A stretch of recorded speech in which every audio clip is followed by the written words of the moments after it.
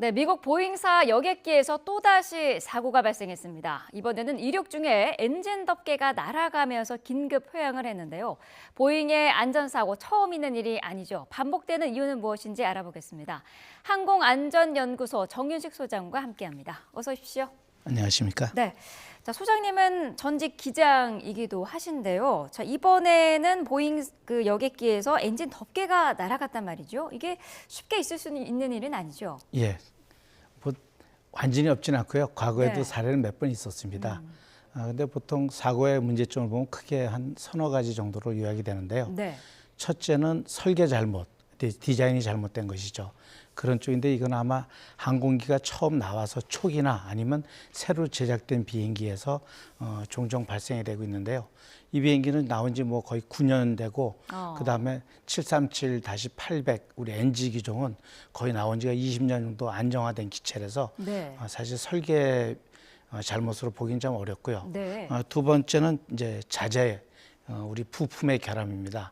뭐 만드는 과정에서 안에 뭐 공기가 들어갔다든지 내부 금이 갔다든지 하는 그런 상태에서 자재 결함이 있을 수 있고요. 네. 그다음에 이제 가장 크게 나타나는 것이 인적 요인에 의해서 정비를 잘못했다든지 아니면 그 엔진 덮개 즉 외측에 이제 카울 덮개라고 하는데요. 네. 그 나셀 덮개를 마지막 점검을 하고 탁 닫고 레치를 잠가야 되는데 네. 이게 하나라도 좀 잘 안 닫혔을 경우에 풍압에 의해서 바람이 밀고 들어가서 외측이 열리고 나머지 그 풍압에 의해서 내측이 열리는 그런 현상이 나타나는데 동영상을 보니까 거의 그런 현상이 돼서 네. 아마 작업자의 실수가 아니었을까 하는 그런 생각을 한번 해보게 됩니다. 네. 작업자의 실수지만 참 굉장한 피해로 이어질 수도 있는 상황이기 때문에 항상 조심해야 되는데 보잉 여객기 사고가 올해만 상당히 여러 차례 있었습니다. 저희가 그래픽으로 좀 준비를 해봤는데 자, 일지들을 조금 준비를 해주시죠. 지난 1월부터 계속해서 올해 보잉사의 안전사고 일지를 보고 계십니다. 비상구 덮개가 뜯겨나가는 일도 있었고 조종석 창문에 균열이 있었고요. 또 엔진 화재도 발생했었고 여러 차례 이런 안전사고가 일어나고 있는데 지난 1월에 있어서 굉장히 화제가 됐었던 비행 중에 그 안전문이 뜯겨져 나가서 구멍이 뚫리는 사고 이거는 조사 결과가 나온 거죠? 예, 조사 결과는 뭐 완전히 나오지는 않았지만 좀 더 시간이 걸리지만 그래도 예상되는 조사 결과로서는 이제 원래 비상구가 설치되는 장소인데 그 부분에 이제 좌석을 배치하기 위해서 그 비상구를 없앤 그런 상태입니다. 그래서 비상구를 없앤 대신 외부에서 그 비상구 대신 이렇게 덮개를 막아놓은 상태인데요.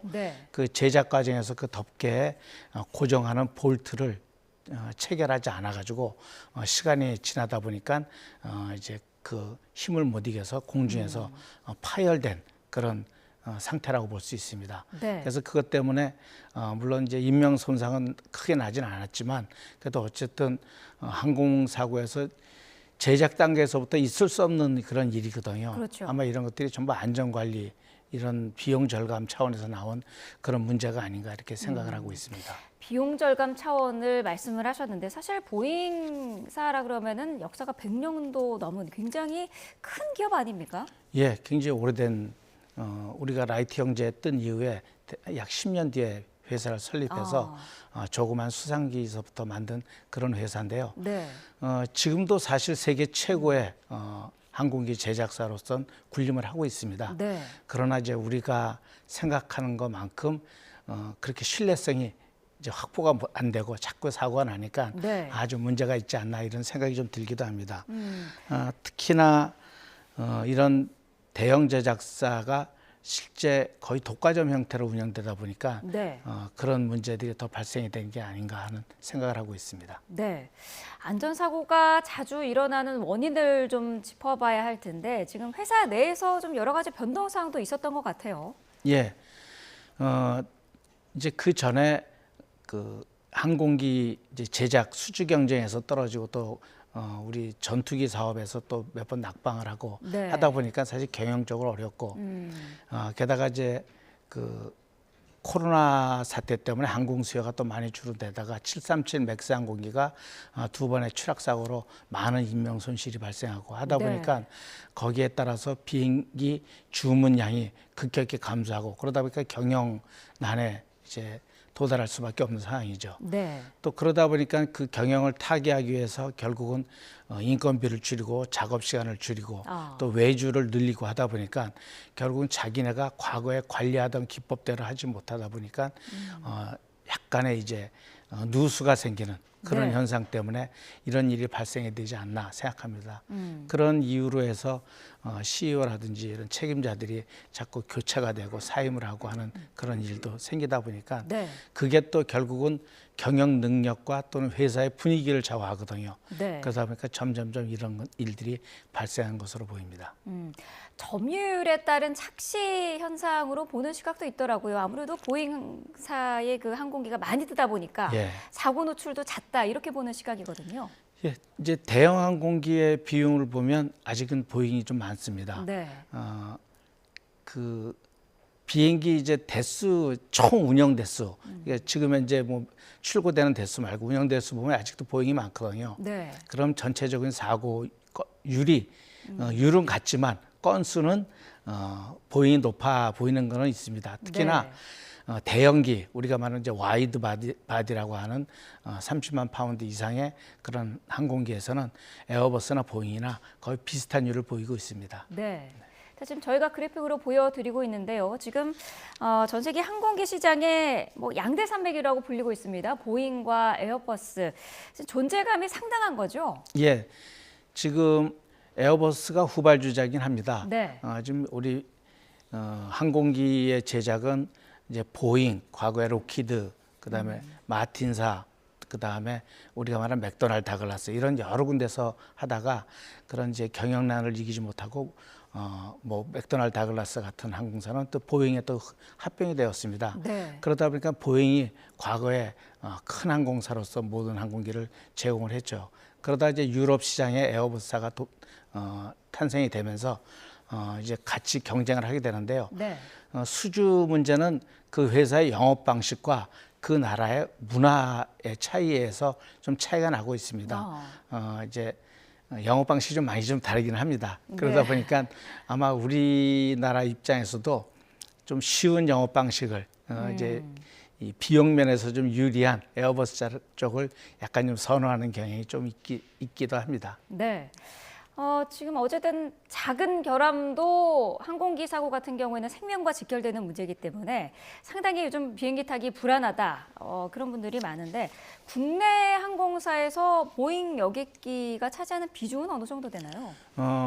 우리나라의 경우는 보잉 비중이 상당히 높은 편입니다. 미국의 문화 영향을 좀 받은 것도 있고요. 또 에어버스가 후발주자라는 것도 있고요. 그다음에 과거에 항공기를 제작하는 회사가 거의 미국에 있었다 보니까 그 항공기를 도입해서 하다 보니까 결국은 미국의 항공기가 우리나라에 많이 지금 있는 것은 사실입니다. 그러나 점점 비용 문제, 그다음에 편리성 문제, 그다음에 항공기를 제작하는 그런 문화의 차이가 좀 있습니다. 그래서 우리가 받아들이는 게 요새는 에어버스가 더 낫지 않느냐.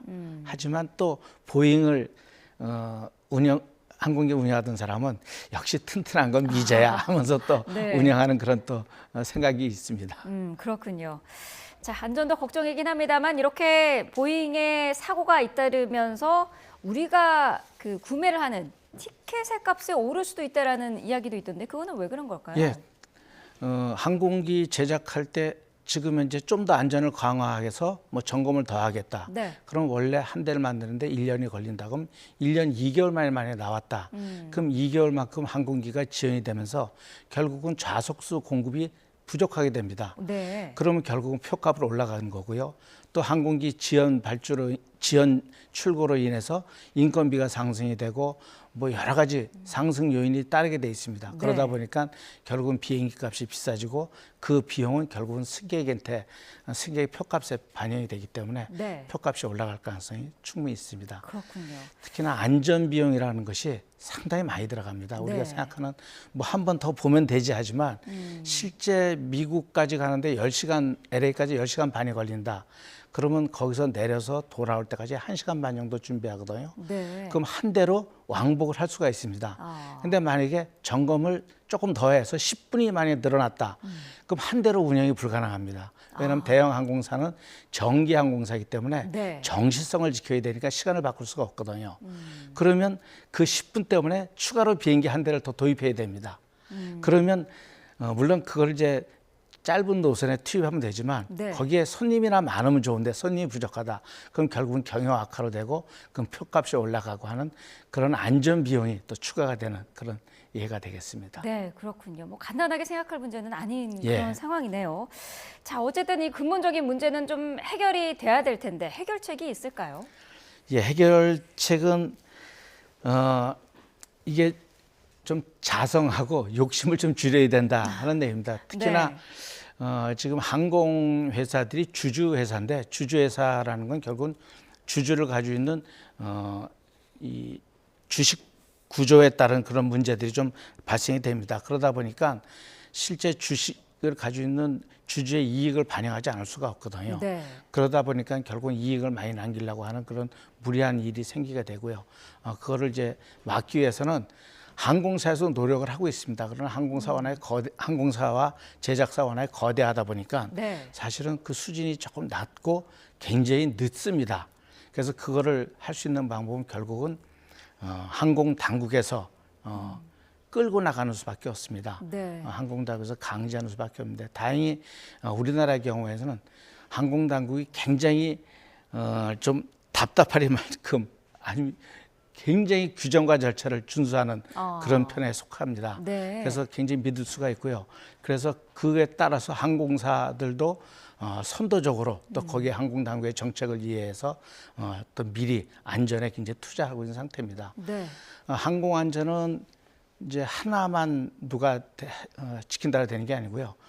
결국은 항공 당국, 제조사, 항공사 그리고 제일 중요한 탑승하는 승객까지 안전에 관심을 가졌을 때 이런 안전이 확보된다는 생각할 때 굉장히 우리나라는 그래도 바람직한 방향으로 네. 가는 걸로 판단이 되고 있습니다. 네, 그렇군요.